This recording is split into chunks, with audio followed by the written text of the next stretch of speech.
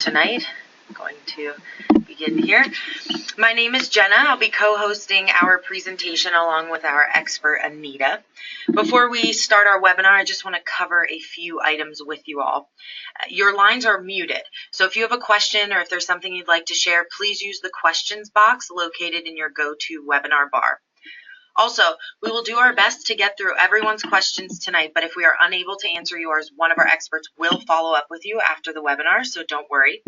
Additionally, tonight's session is being recorded, so there's no need to take notes. Each of you will be receiving a copy of the recording after the webinar, so you can sit back and just enjoy the presentation. So without any further ado, I'm going to pass it over to Anita. Hey guys, how are you? Well, welcome. And so you're tuning in, so probably means you guys are hoping to apply to med school or some type of healthcare grad program. So let me fill you in a little bit about me and what we're going to talk about this evening. So here I am, and I'm right here in North Carolina. And I actually live in this area near the beach, which is awesome. And a little bit about my background. So I've been doing this for years, over 15 years. My background comes from being just like you guys, though.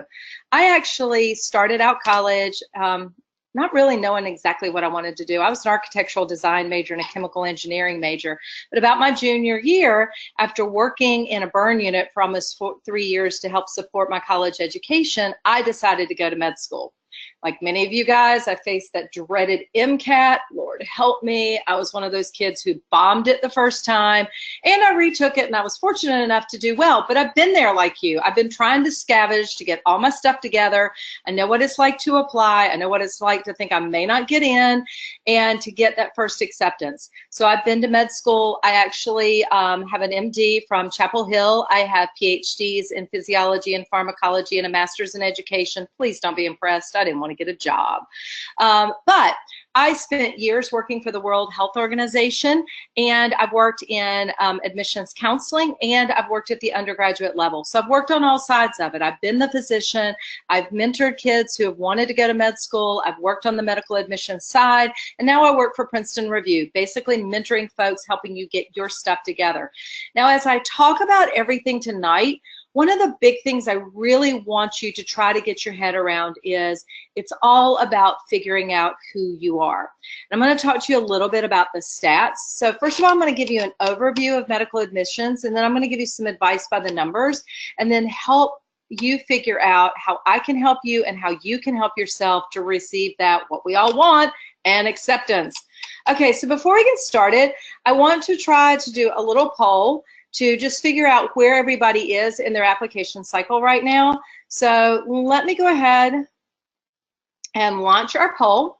So could you tell me if you've already applied, so you're in the current application cycle, if you're applying this upcoming cycle, which would be applying in 2018 for 2019, or if you're applying in the cycle after that, or in the years in the future. This will give me some idea of kind of where you guys are. Okay, so good. Not many people have already applied. I can just stick that out of the way. So it looks like we've got quite a few folks applying in the upcoming cycle and then some in the cycle after that, which is perfect. And just a few of you guys in the future years. So all of this will be applicable to all of you guys. All right, so let's get to the most daunting numbers to start with. The screening parameters. Why is it not? There we go.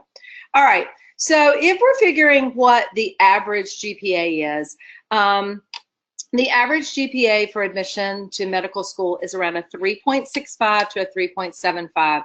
So let me explain to you, first of all, when you want to think about that, okay? I get kids all the time who come to me and they go, Dr. Purdue, which, by the way, I prefer to be called Anita. They're like, I'm going to get a B in chemistry. And I'm like, so? And they're like, I'll never get into med school. And I went, okay, so the average admitting GPA is a 3.65 to a 3.75. That means that the average person probably got at least a B, maybe even a C. Okay, and I know people who got a couple of C's. It's nobody ever did not go to med school because they got a B or even a C.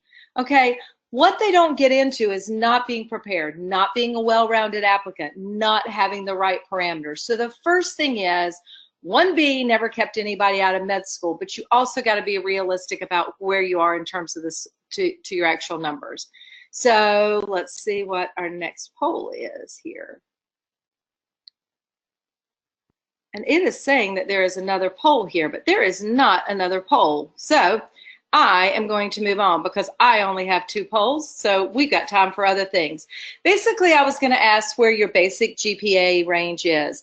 Now, if you're going to ask what the average MCAT score is, we all basically know this, because if you're sort of looking at where you want to be, the average MCAT score is a 508 to a 509. It's pretty much our threshold. It's what was considered the old 30 under the old test. Now, this one is actually a tighter thing because schools will generally look at a little bit lower or a little bit more variance on GPA than they will on the MCAT score. There is this theory that the score on your MCAT relates to what your board scores will be. Let me explain to you what it's like for those of us on the med admissions side of it. It's kind of a trickle-down theory. See, if your MCAT score is going to determine how you do on your boards, and how you do on your boards determines your residency placement, and the type of residencies we get people into at our medical schools is going to generally determine how they do, what kind of funding we get. It's a trickle-down. So generally what we will say is that a higher MCAT helps a lower GPA, but a low MCAT score kills the best GPA. So a low MCAT score squashes a 4.0. So you really need to invest your time in studying for the exam. Now, one of the biggest mistakes that I have people get is sort of twofold when they're thinking about studying for the MCAT. There is this concept that you have to relearn everything that you've learned over 4 years. The MCAT is based on the idea that we think you understand the core concepts and how you take those concepts and apply them. So you need to do a basic review, like through one of our prep classes or whatever you do, but get a basic overview. But it's much more important of how to take those concepts and how to learn to apply them to answering the questions. And that's actually where prep and review helps people the most. It's learning how to answer the questions. And if any of you guys took like an SAT or an ACT prep class, it's exactly the same thing. We're teaching you how to answer the questions. So you need to spend a core amount of time reviewing the information, but then a significant amount of time of learning how to answer the questions and practicing the test. So when you start to work to prepare on your test, the more practice tests you can take to build your stamina and build your endurance, and the more practice questions you will do, the better off you will be. Time and time again, I have students who enroll in one of our test prep classes or another, and there is this first initial concept that just by sitting in the seat, by osmosis, everything's going to kind of sink into them. And that's a good idea that you sort of need to learn the concepts, but many times I will have kids who get to the end of their test prep class and they've taken 1, maybe 2 practice tests. And believe me, it's a pain in the butt, okay? The test sucks, the time it takes is awful, but you have got to build your stamina. So practice test, read practice test as much as you can, and learning to test the questions as much as possible will help you as much as you can imagine. So if you're looking at your score credentials, you're looking at a GPA 3.65 to 3.75. Does that mean if you're below that, you're not going to get into med school? Absolutely not. But it does mean if you start to fall significantly below that, and we generally say about a 3.35, you need to either consider lower scale programs, which do not mean that's going to be bad, osteopathic education, which is definitely not bad, because osteopathic education, and we'll talk a little bit about it at the end, is literally exactly the same training you get as an MD, plus, as I call it, a whole additional bag of tricks. Or you need to consider, and strongly consider, doing post-bac education. And when I say post-bac, when you're getting to that level, you really need to look at doing a master's degree. There are tons of 1 or 2 year masters, and you need to complete at least 1 full year of that for roughly 30 hours of grad school coursework. I get lots of kids who have a little bit lower GPA. They enroll in a master's program and say, I'm going to apply this year as well. Well, if GPA is your issue and I haven't seen any of your coursework, how the heck am I going to know what you are, how you're going to perform? That's the whole aspect of it. Grad level coursework is supposed to show us how you're going to perform. So we need to see at least 1 year of that coursework oftentimes we will be reticent to accept you, because if you've started a program and we accept you, there is always this idea of, wait, what if we accept them, they're going to quit that program. So it's almost out of respect to the other programs. Now, in addition to your core base academics, we are looking for additional academic accomplishments, okay? Again, I don't know where my polls are for this, but they are not here. So what I want to ask is if you guys have engaged in research, if you've done study abroad, or if you've been involved in TAing and tutoring. So oftentimes kids get so fixated on their academics that they forget about what are the other things that show their academic accolades. So yeah, you're in honor societies and honor programs, but let's start with research. Okay, research is really important. We do not expect, first of all, it's not a total game changer. If you don't have research, that doesn't mean you're not getting in. But research really does help fortify your understanding of how long it takes to make medical discoveries. Now, there are a lot of summer research programs that are, 3 to 6 week programs, which are great. But if you really want it to count significantly on your application, we say a minimum of a semester, ideally 1 full academic year in a research lab. If you are looking to pursue an MD, PhD, we want to see ideally at least 2 full years of research, oftentimes in multiple labs where you've managed a project on your own. But at least a semester, ideally a year of benchtop type research, really will help bolster your application. It shows that you have an understanding of what research is about. Publications are nice, but they really don't hold the weight that everybody thinks that they do. We're trying to help you understand what it means to be in a lab. And if you're like me, I actually was very fortunate. I got into a research lab my freshman year of college, and I thought, oh my goodness, I'm gonna go in there, I'm gonna mix me up some potions, I'm gonna get published, everybody's gonna know me. Generally, if you're a student in a research lab, you're kind of the guinea pig. That means that you're basically cleaning instruments, cleaning glassware, and feeding the animals, which was exactly my job in the research lab. And my whole claim to fame in research, and I will tell you that we all have our embarrassing stories, mine literally came from my biggest research fumble. In our research lab, we studied snakes, frogs, and what we called largemouth bass. One day my researcher said, feed the largemouth bass. And I was like, what am I going to feed him? He said, feed him 4 frogs. I was like, I got this. I can feed him frogs. So I'm dropping frogs into his aquarium, 1 frog, 2 frogs, 3 frogs. I'm getting ready to drop the 4th frog into his aquarium. My researcher comes in, screams at me. I'm like, what'd I do? And he said, you're feeding him our research frogs. Our research frogs cost $2,000 a frog. I had just fed this bass $6,000 worth of frogs. As he screamed at me, I turned to look at him. I'm holding the frog over the aquarium. If any of you guys fish, you know what happened. Our fish, his name was Bob, jumped out of the aquarium to catch this frog. He grabs my hand in the process because he's jumping out of the water, scares me to death. I throw my hand back, throw the fish all the way across the room. He slams into a cabinet. He lives, by the way. And I pick him up, I put him back in the water. My fish does not open his mouth for 3 days. I'm sure I've broken his mouth. My researcher goes, there's got to be something going on. You didn't hurt him, but something's going on with this fish. He goes back, analyzes the skin of these research frogs. We were studying Parkinson's disease. He discovered that there was a little known neurotoxin in the skin of the fish, the frog, that by me feeding it to our fish had paralyzed our fish's jaw for 3 days. He extracted that, goes on to publish and study this. That neurotoxin is actually used in Parkinson's drugs for today. So research process, our whole research came about by a collaborative effort due to my screw up. I didn't do anything. I had no role in it. I didn't do any part of it except for an accidental discovery.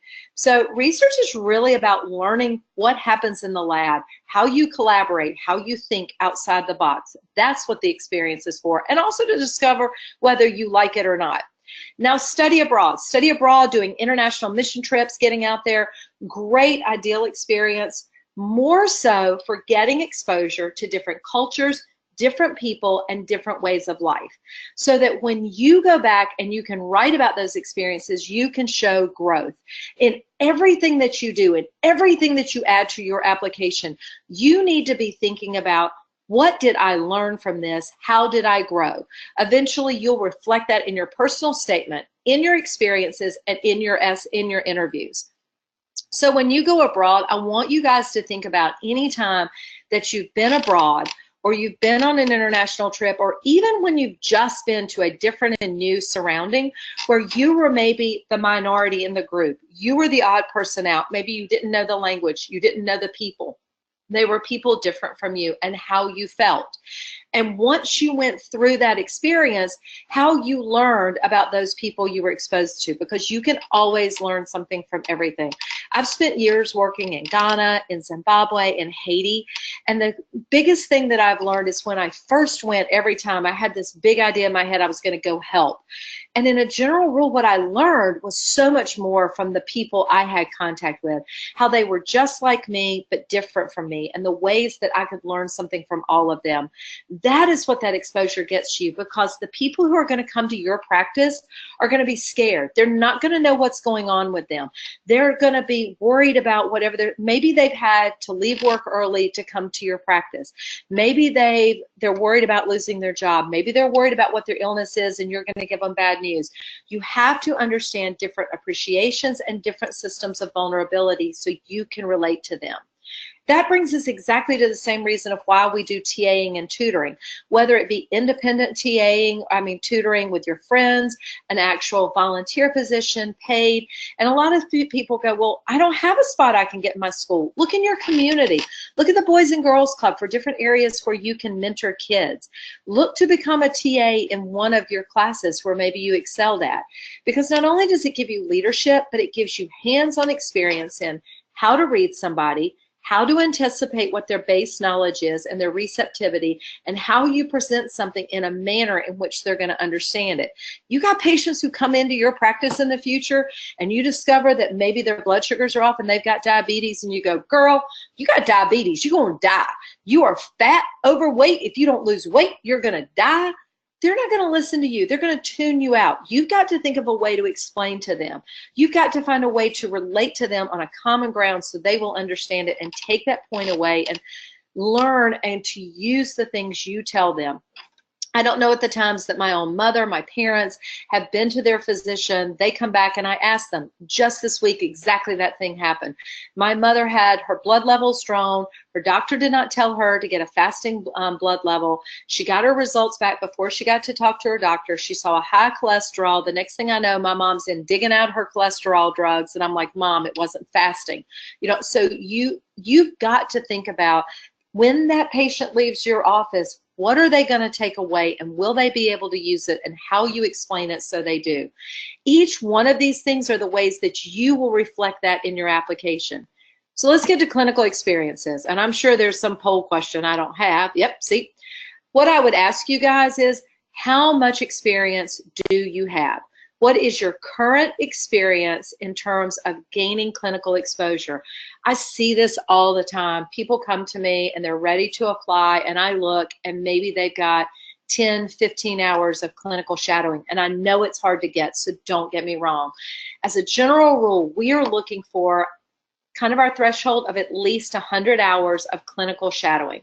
We like to see it in at least 3 to 5 different disciplines, and ideally one of those should be primary care, family medicine, pediatrics, ER medicine, OBGYN, one of the primary care specialties, because it is the foundation of many of where the specialties spin off of, especially with Affordable Care Act, all of that in the news today. We want you to understand the basics of kind of cradle to grave sort of treatment, as well as the specialties. Now, in terms of shadowing, if you're proclaiming that this is what you want to be and why you want to be a physician, we want to know that you've gained some exposure. I am going to tell you that 9 times out of 10, closer 10 to 10, when I go, tell me why you want to be a doctor, we hear it on the admissions committees, everything over and over. It is the same song and dance. Not that it's wrong, but Lord, let me tell you, if I hear it one more time this week, my head's gonna spin around. I'm gonna spit green foam, because you all want to help and serve people. You want to make a difference in the world. You like science, and somebody in your family got sick, your grandpa, your grandma, and you want to make a difference so you can help them in the future. And don't get me wrong, those are all totally, totally admirable things. It is the reason you should do this career, but it is so, so much more than that. And that's what you have to reach within yourself. You have to think, why do I really want to do this? The first part comes by shadowing. A lot of you guys volunteer in hospitals, and honestly, I often make this joke and not really meaning this, but think about it. When you're volunteering, basically they're having you bring things to people, bringing them water, bringing them blankets, spending time with them. That's great training if you want to like serve on an airplane or serve somewhere else. And you are serving, don't get me wrong. But in understanding what the day-to-day life of a physician is like, it's not there. That's really helping you build communication skills and working with other people. We want you to see what our lives are like every day. And I'm going to promise you, it ain't glamorous, all right? It is long days, long hours, lots of time on your feet, oftentimes where you're exhausted, but it is also one of the most rewarding careers in the world. And I'm going to tell you why in just a second. The other aspect is, so we've talked about your shadowing. How do you get shadowing? You reach out to your doctor. You reach out to your parents' doctor. You find local indigent care clinics, because oftentimes if you volunteer, they'll let you shadow. If you've had any type of illness, follow up with the doctors who help treat you. Okay, but be very careful about the way you ask, okay? You want to do, and you can do cold calling. Reach out to the office managers. Tell them that you would like to spend, and this is important, 1 to 2 half days gaining exposure in the clinic. Don't go in and ask for an internship. You don't know jack boo squat about medicine. You think about it, if I were to assign a kindergartner to follow you around for an entire semester of college, you would hate it. You would have them for a day, but much longer than that, it's going to weight you down and slow you down. It's the same thing for us as physicians. Asking somebody to spend an internship with us when you don't have qualifications or skills, we want to help you out, but we're under a quota to meet our patients that we have to see. So start small, ask for a couple or a few half days, and then spend some time with them, and maybe they can connect you with a friend. But you've got to start on it and build on it. You can do international mission trips, but one of the best ways to really get some exposure is to get paid or volunteer clinical, which is get your CNA, get your EMT, or to become a medical scribe with programs like Scribe America, Elite Scribe. All you got to do is Google scribes in the area where you live, and it can bring up a whole list of opportunities. By actually getting out there and working in these areas, and I get people all the time who go, well, what can I do as a CNA? You can get a part-time job in a nursing home. And then people will go, I don't really want to do that. I don't want to, that's not very glamorous. Well, neither is most of what we do in medicine. But it's about gaining that exposure and understanding the people. So I'm going to share a story with you guys. And I've often talked to people about my journey and kind of how I came to medicine and working in my burn unit, getting my clinical shadowing or whatever. But I actually lost my father very unexpectedly last month. And I tell you that because it was more the circumstances of how it went. Because the thing about medicine, and this is the one take home I want you guys to take away, because I want you to pull this for everything that you're doing. Medicine is not about patients. It's not about diseases. It is about the relationships and getting to work with people. So that particular day started very normally for my parents. My father was 90, my mother's 88. They had been married for 69 years. Every day they got up, they went to McDonald's. They got almost to the McDonald's to get their cup of coffee, and my father said his right arm didn't feel good and his right arm was a little numb, and his right leg. So she called 911. They got him to the hospital, got him to the ER. Initial studies showed that he had had a little heart arrhythmia that had led him to a mild stroke. Spent the day in the ER, the whole day getting the battery of tests. They got him completely stabilized. It was a very mild stroke. Everything was good. And the neurologist walked in and said, we'd like to keep you overnight just to make sure you're okay. My father said he wanted to go home, and they told him he couldn't. So my father looked at all of us and looked at the family, and he said, I'm really tired. He said, getting old sucks. He said, my vision isn't what it used to be, my hearing isn't what it used to be, and I can't walk. I want 5 minutes with my wife. And he sat with my mother, and he talked to her and told her she would be okay. And then he took his hands and he touched her face, every inch of her face, for like 5 minutes, as if committing it to memory. and he kissed her. And as he had done every morning and every night for 69 years of his life, he told her he loved her. And then my father rolled on his side, took a deep breath, and passed away so that she did not have to watch him die.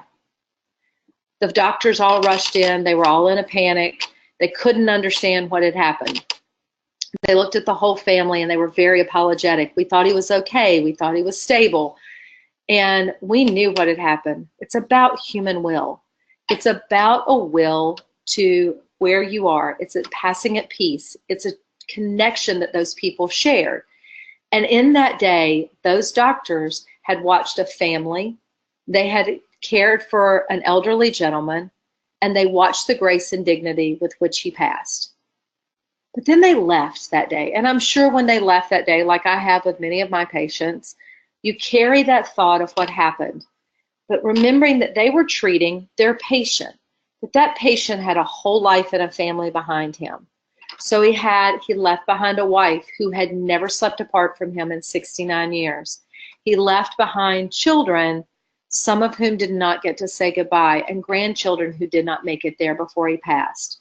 And a few days later, in a church that was totally full, he left behind the people who said goodbye.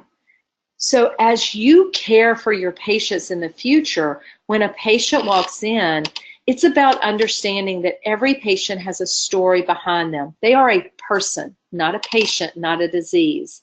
They have a whole life existence. So as you talk to them about whatever's going on with them, embrace the fact of what's going on and know that we were blessed with the greatest career in the world because we get to learn from the people that we work with. Every day we get to learn and they can change our lives. And that's what makes medicine so incredibly amazing. So as you do these shadowing and paid clinical experiences, you are gaining exposure to just that. So thus far, we talked about your academics and your baseline. We talked about research and study abroad and how you can be a TA and tutor and build that. And then you go and you actually get that experience. And we love it. And oftentimes, we're really encouraging students to take a gap year. Take a year between your first and your second year. I mean, from whenever, before you apply, not doing studying, actually getting experience, traveling the world, getting paid clinical. I get kids who all the time go, no, I just want to go straight through. And I get that. But we're talking about investing potentially a year in the success for the career for the rest of your life. It is the most amazing thing. The average admitting age to medical school is 27. Okay, that means most people didn't go straight through. Take the opportunity, take a breath from academics day in and day out. Know what it means to get a job, know what it means to work with other people and get that exposure. That brings us to leadership. And leadership is so important. Okay, now I don't care if you're president of the Mickey Mouse Club or you're president of the United States. It's about understanding what leadership is about. Because a strong leader should be able to create respect with the people that he or she leads, but also to make those people feel a part of the journey.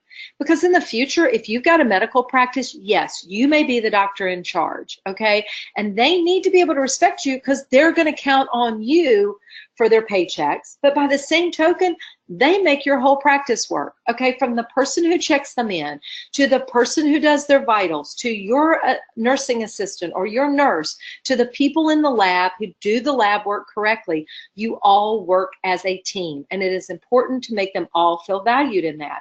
Now, I'm sure all of you guys, because you're wanting to go to med school, have had some type of leadership position. We all have. And I guarantee you there was a time that somebody had that position before you.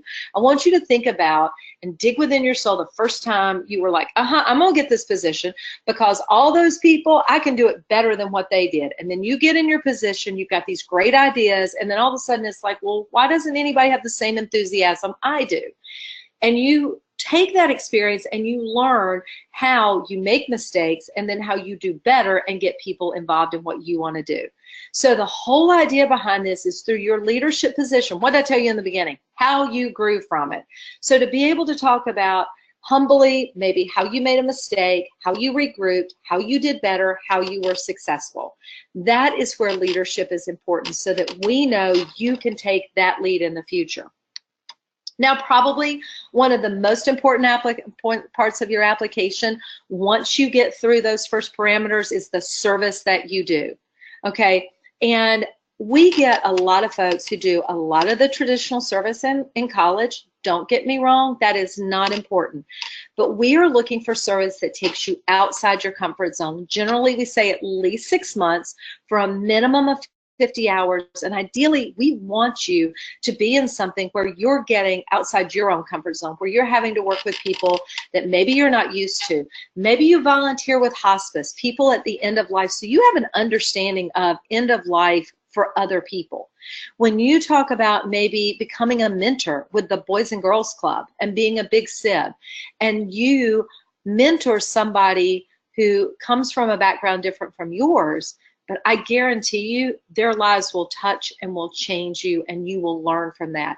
So as you start to think about the things you're doing, think about how you grow through every bit of service that you do. One of my students is actually a volunteer for hospice right now, and she said, and I encouraged her to volunteer with hospice, and she said when she first started doing it, she literally went in with the mentality, okay, Dr. Pardue told me this is what I got to do. I'm going to go in here. I'm supposed to read with these 2 people for 2 hours, then move on to the next one. And she did her first couple of people, and she went to go to her fourth person that she was working with. And she said the whole time she was talking to him that he didn't say anything to her, but he kept clapping his hands and he made facial expressions or whatever.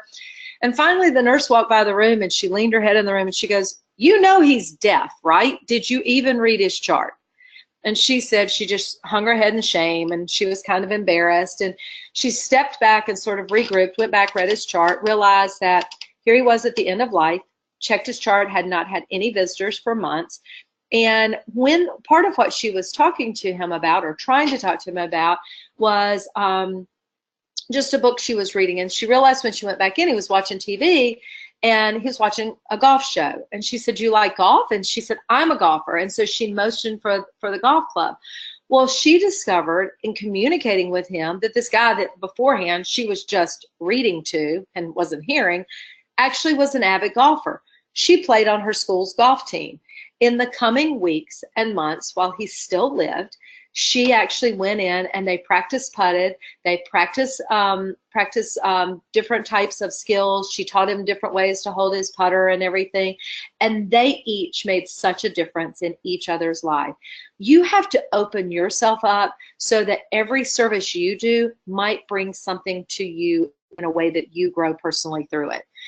When you go to do your application, you will be asked to report your 15 most meaningful experiences. You want to be the person who has to group your experiences together because you've got more than 15. You want to say, I've got to group my community service versus my school-based service together for X number of hours because I've got so many. If you sit down and you're looking through the things you've done and you have to list every shadowing experience separately to try to get to 15, you probably have not done enough.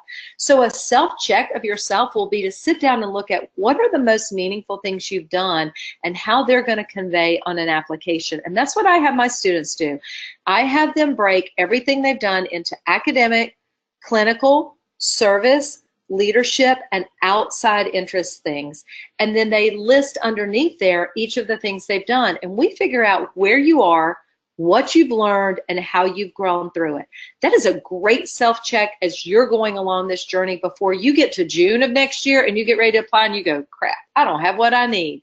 That is why we want to mentor you along this line. For those of you guys who are getting ready to apply in the upcoming cycle, let me go ahead and switch us to our next one. Service is important. Before we talk about Beyond MD, let me give you a little bit of a timeline. And I'm actually doing a webinar on next Wednesday, the 18th, and we're going to go through everything you do in the next year to get ready to apply. So check out that and get registered for it if you haven't already. But one of the things I want to talk to you about is November through January, you should start brainstorming your personal statement.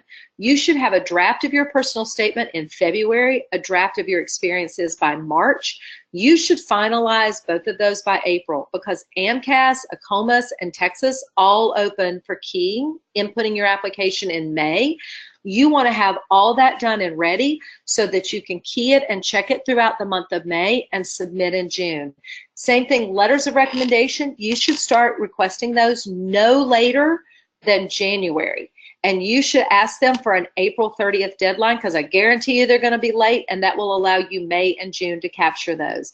That's part of my mentoring program, keeping you guys on track. So let's go that beyond MD. We talked about the screening parameters. We said where you need to be. We're looking to be at that 365 and above. We're looking at that 509, 508 MCAT. What if you're not there? What if your GPA is lower? What if you're older and you're a non-traditional student? What if your MCAT score just, no matter, you've now taken it 3 times, and as a general rule, 1 is fine, 2 does not bother us, 3 you're getting on the threshold. When you start taking it more than 3 times, it sort of starts to send off a red flag for us, and you've got 5 in a lifetime anyway, so you've got to think about that. So if you can't quite get the score to where you need to be, what are your other options? Well, the other options are, look at osteopathic medicine, look at podiatry. Podiatry, the medicine of the foot, from everything from the knee down, amazing career path. But you don't go to medical school, you do the same education, but you go to podiatry school. They do surgery, they get to do office space, they have great lifestyles. There are alternatives and options out there. Maybe Caribbean med school. These are all things that I can help you with. So osteopathic, Caribbean education, podiatry, or if you want to do MD, PhD, can help with that as well. So one of the things I want to do, because I want to leave plenty of time for questions and answers, is to find out kind of where you guys are and what we actually offer and things that we can help you with. So here's some things about us at Princeton Review. You know that we are the masters of helping you prep, be it MCAT, GRE, DAT, OAT, GMAT, whatever. MCAT, as you know, that's why we're here, right? And actually, I'm going to show you a special, because we're actually giving $300 off MCAT prep classes right now. And for those of you who attended this webinar, we're going to offer a $200 discount off any of my admission counseling services as well. So I'll give you that at the end. But when we offer test prep, okay, top of the line, where you need to be. We offer tutoring support. Guys, if you are like me, whenever I would get to studying, if it was a class I didn't like, I'd put it off to the last minute. Our tutoring support is 24/7, okay? For me, that would have been really good, because I would put it off, and like midnight, I was like, okay, I'm gonna study physics because I hate physics, man, girls. I just felt like I was not meant to do this. So if you get to the middle of the night and you got a question, we got a tutoring service that can get you within less than a minute to somebody who can help answer that question. So before I get to that, if you're interested in any of the following information, how to best prepare for the MCAT, how to navigate med admissions, or how to boost your GPA, let me know so I can actually follow up with you, especially if you have any interest in the medical admissions process, and I can answer some more questions for you. Just let me know something that you might be interested in. That way I can reach back out to you directly, and one of our admissions counselors can also help.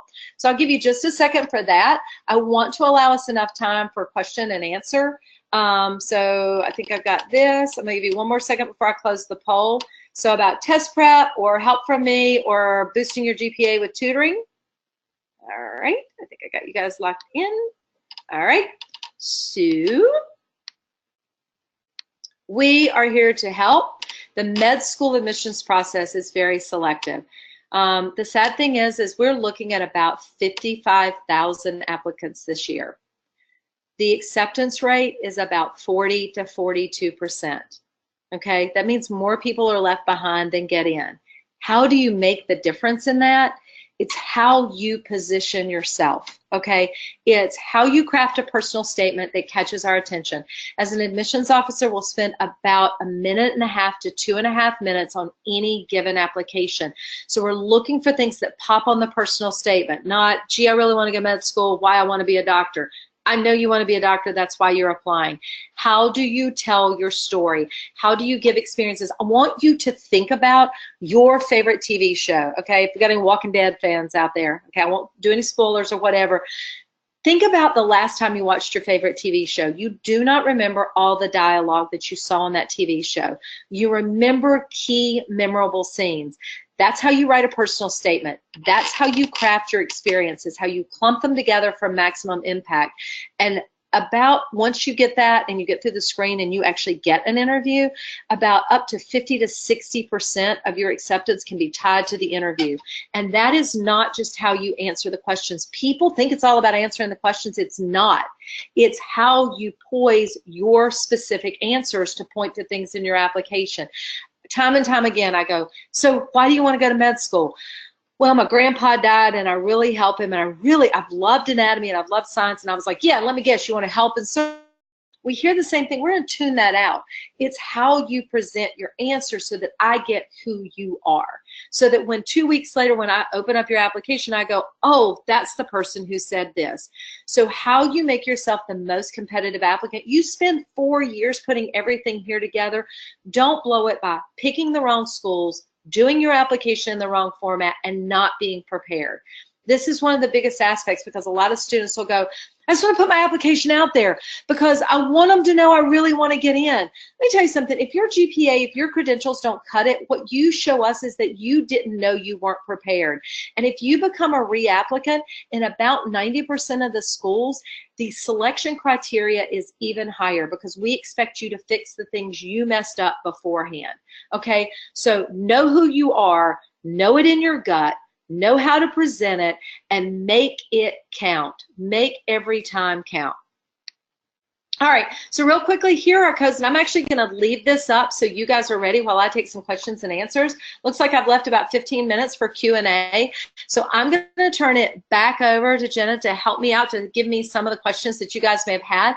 But here are the codes, so you can actually get $300 off selected MCAT prep. You can get $200 off any of my med school admissions products. I do want you guys to know that this offer ends October 16th, so you got a 7-day window to use this. So MCAT week MedMD will get you there, and I would love to work with you guys next year. It is so important to keep people on track. And I will tell you, we're actually debuting a whole new set of products that if you enroll anytime between now and April, you get that whole time frame for free, and then you get the whole next year of your med admissions price. So it's like getting a whole half year for free.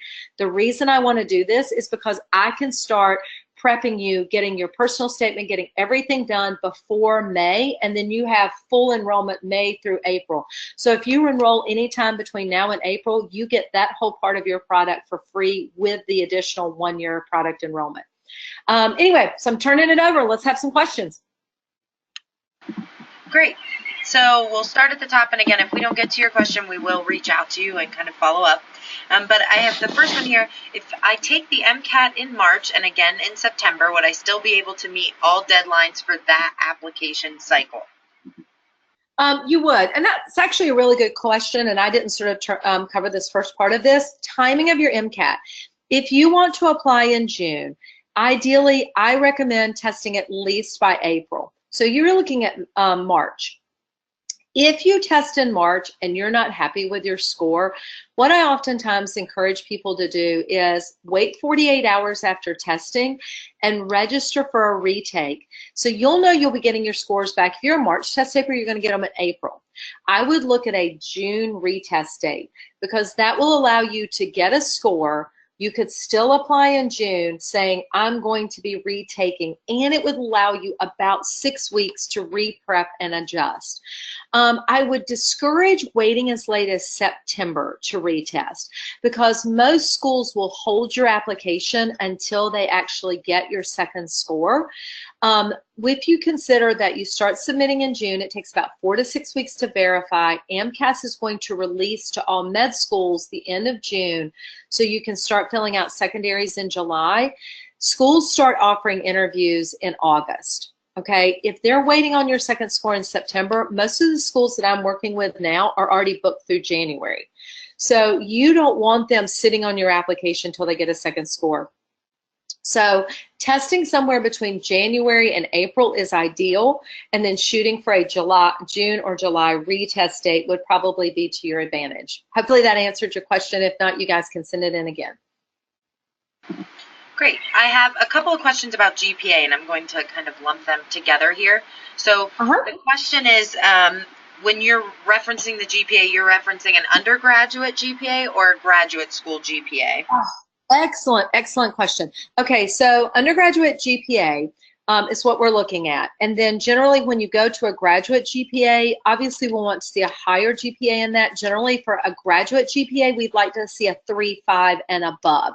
And generally for a minimum of 30 total hours. If you're in a one-year master's, and what we often say is, if you need to complete grad level coursework, consider that that's going to be a 2-year gap year, meaning that you need 1 year to complete the coursework and then 1 year in applying. If you do a 1-year master's, you do the 1-year master's, you finish, you use the year you're applying to maybe get paid clinical. If you're doing a 2-year master's, you finish the first year, you finish the second year while you're applying. Another tidbit for you guys, I just want to lump into there, is if you graduate or if you finish a master's like in May and you're submitting in June, if you can get a paid clinical job like a scribe or a CNA before you submit, you can estimate your hours going forward for the full year of your application. So let's say I get a job in May and I'm going to apply in June. I can estimate my hours if I was going to work the whole time I was applying all the way through the following August, because it's through the date you would matriculate. When you look at schools, we generally do baseline screens on GPA and MCAT electronically, not individually looking, so they're automatically sifted into files. Then we screen on your experiences, again, initially based on total hours and length of time. Then we go back and look at individual responses. So it's all in how you position that information.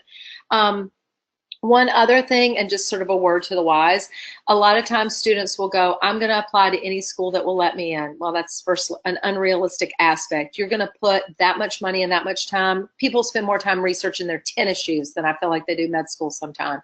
Put the time in. Also think about people spend months working on a personal statement and then they'll apply to 50 med schools. By the way, the average is 7 to 15. Most of the kids I work with do about 20.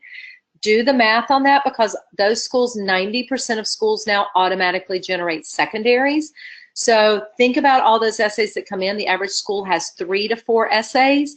The time and the money in that and the time it takes to do it, especially if they're automatically generated, not on a screen. It can get very expensive, very time consuming. Be very thoughtful in your application process.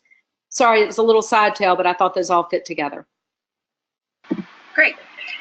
The next question I'm going to take a look at is about the shadowing and clinical hours. What do you recommend for that amount of time?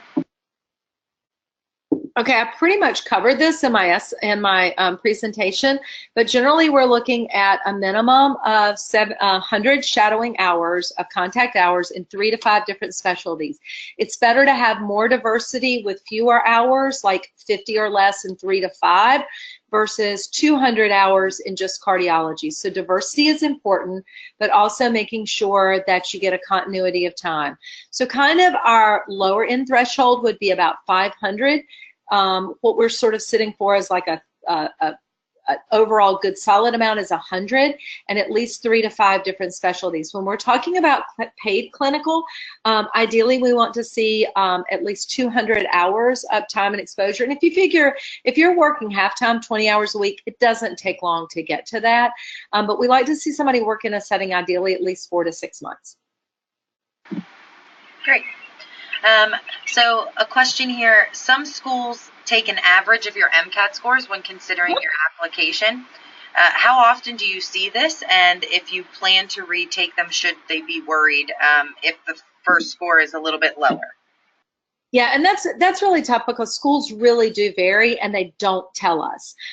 So some schools will take your most recent, some will super score what they and it's not the average, they actually super score. They will take the combined best, and then others will take what your best overall score is. So it's always a crapshoot. of where you are.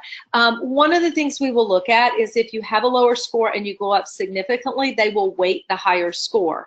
But then there's always that risk of, what if I go down? And that does happen. It doesn't happen a lot, but if you go down, that can also hurt you. Another threshold that you want to look at is being below the 50th percentile in any one area. So if you've got any, and most commonly I see it in the cars section, because it's the one that it's the most boring when you're prepping for it and people don't want to spend the time on it, but it is the one that they actually look at the heaviest. But if you are below the 50th percentile in any one area, I would strongly encourage you to retest, because a lot of schools do an automatic screen rejection at below a 50th percentile. Did I answer the question? I think I did. Yeah, that's great. I have quite a few students, I know you've gone over this, but asking again about a timeline and to be more specific about the question. If they're not going to finish all their prereqs until spring of this year, would they still want to apply in this cycle or hold off? Yeah. So the first thing that you guys need to know is that the majority of the schools, the general rule of thumb is, and I always say, check specific schools you're looking at it, use the MSAR to look at specific school requirements, because AMCAS requires the traditional, you know, four organic, 4 inorganic, well, the 8 credit hours are 1 full year of organic, 1 full year of inorganic, 1 full year of physics, 1 full year of biology, 1 psych-soc, and 1 biochemistry. And as a general rule, we say 1 year of, one of the things you want to watch out for is the 1 year of calculus. About 30% of schools require 1 year of calculus. Others just say at least 1 calculus with 1 variable. And then the other is English. Most schools want 2 English requirements, and a lot of schools have gone to a 1 semester English. So make sure you have at least 2 classes that are classified ENG, or English, or whatever your English acronym is, to kind of cover yourself. If you want to compete for all schools, make sure you have 1 full year of calculus. But the timeline of where we were in terms of prerequisites, you do not have to complete your prerequisites prior to applying. However, obviously, it's going to help you for the MCAT. If you're not finishing them until the spring, it's okay if you're prepping, because you can take a class and be prepping alongside it.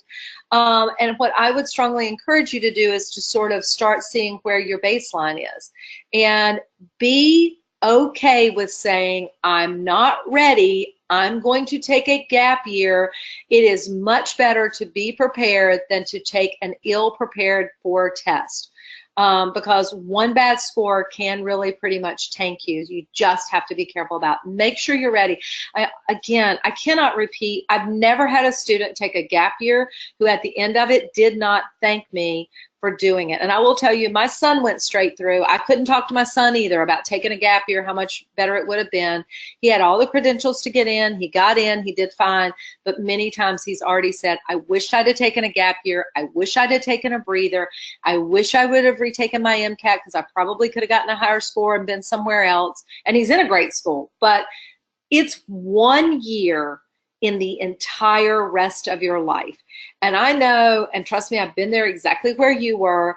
I know it's hard to think about that, especially when you got some old fart like me talking to you, but it is the rest of your life and something you're going to invest your career in. Take the time, make it count, do it right. All right, another question?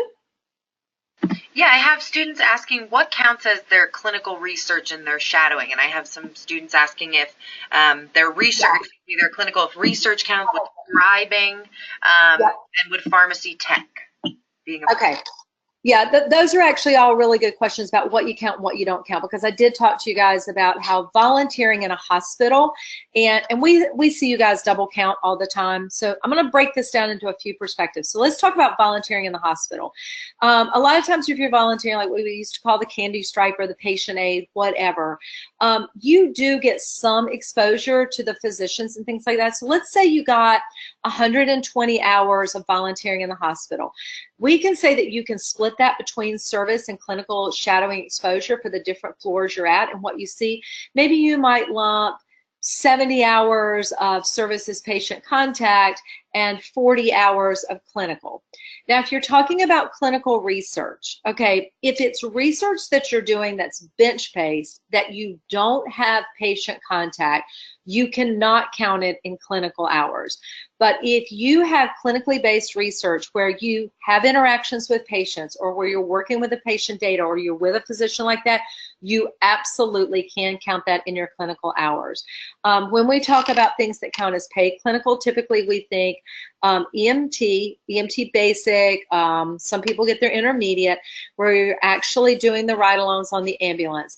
It gets a little iffy if you're with the ambulance driver, because if you're putting it down, if you're the ambulance driver, patient transport, and we start questioning you in an interview and it's clear that you haven't had that patient contact, you'll get nailed on that.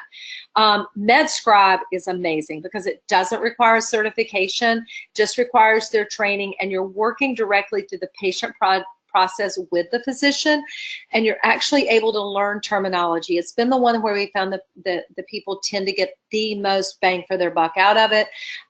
Oftentimes if you're doing it part-time, though, they're gonna expect you to work weekends, so be prepared for that, but it's great clinical exposure. So I think I covered all of them within that parameter. All right, I think we got time for one, maybe two more questions. Great. I want to ask this. Someone asked, you said the average age for medical school was 27, but is it frowned upon to apply in your 30s or even a little later? Actually, not at all. I get a lot of people who are in their 30s. Probably about 35% of my applicants right now are 30 or above, and we love that. We love career changers, especially former military, people who have been in other different careers, especially like finance or business. They can really bring that to a class. When we're interviewing those folks, and I will tell you, and again, we talked about that interview. When we're interviewing you, we're trying to figure out your persona. How are you going to be with patients and what you're going to bring to a class? Well, when we get an older applicant, they bring so much to a class because they've had experience, they've had real world. Many of them have had families. They make the best med students and typically the best physicians.